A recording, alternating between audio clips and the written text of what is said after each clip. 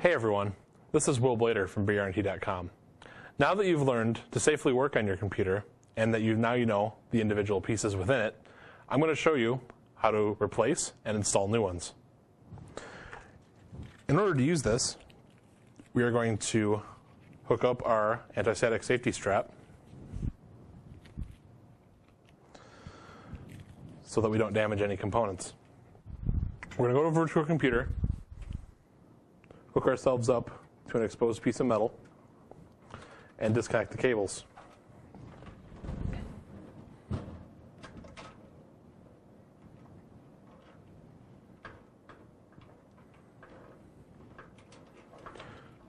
As you can see, I've already removed the mouse and the keyboard, removing the video cables, and the power connector.